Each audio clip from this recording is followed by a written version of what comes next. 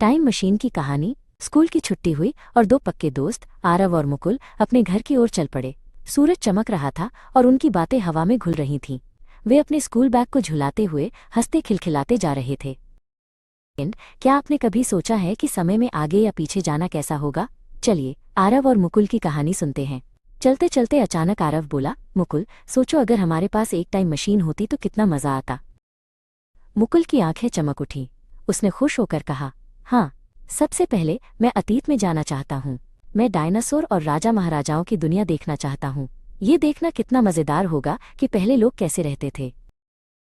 आरव हंसा और बोला, ओह, लेकिन मैं तो भविष्य में जाना चाहता हूँ।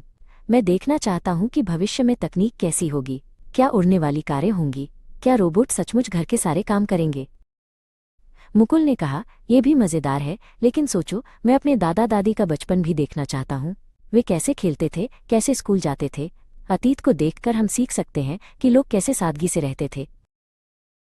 आरव ने आगे कहा, और भविष्य को देखकर हम समझ सकते हैं कि हमें आज क्या बदलना चाहिए ताकि कल का जीवन आसान और बेहतर हो। क्या बच्चे ऑनलाइन पढ़ाई करेंगे और क्या लोग चांद या मंगल पर रहेंगे? वे एक पुराने बरगद के पेड़ के पास पहुंचे और उसकी छांव में बैठ गए। पेड़ की जड़ें ऐसी लग रही थीं जैसे समय की कहानियां सुना रही हों।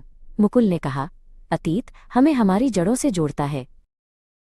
आरव ने आसमान में उड़ते एक हवाई जहाज को देखते हुए कहा, और भविष्य हमें उड़ने के लिए पंख देता है। दोनों दोस्त एक दूसरे को देखकर मुस्कुराए। तो दोस्तों, कभी कभी सबसे बड़ा रोमांच हमारी सोच और कल्पना में ही होता है। दोनों दोस्त एक साथ बोले, सच में टाइम मशीन एक रोमांच और एक सीखने का अनुभव दोनों है। उन्हें एहसास हुआ कि उन्हें सच में किसी मशीन की जरूरत नहीं है। उनकी कल्पना ही उनकी सबसे अच्छी टाइम मशीन थी। वे अतीत के बारे में पढ़ने और भविष्य के सपने देखने की बातें करते हुए खुशी खुशी घर चले गए।